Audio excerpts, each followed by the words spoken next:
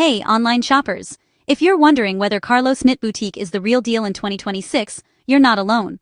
I've dug into their site, scoured complaints, and here's what you need to know before you click buy.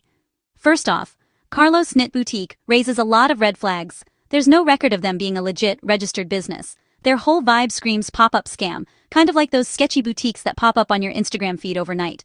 Let's talk stolen content.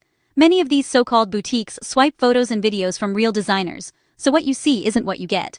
Even worse, experts say a bunch of their knits are AI generated. Basically, they look stunning online but are physically impossible to produce. So, if you're dreaming of that cute chunky sweater, you might get a scratchy knockoff instead. And product quality? Yikes.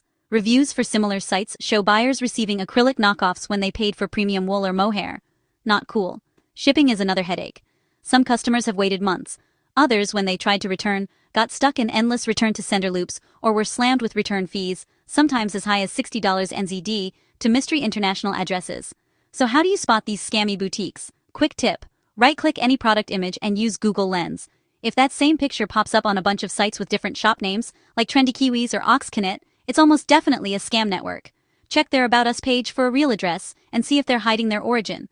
A padlock in the address bar is good, but don't let that fool you. Scammers know how to look legit. If you want real, high-quality knitwear, stick with trusted names like Arnie and Carlos, or verified indie shops like the Woolly Thistle.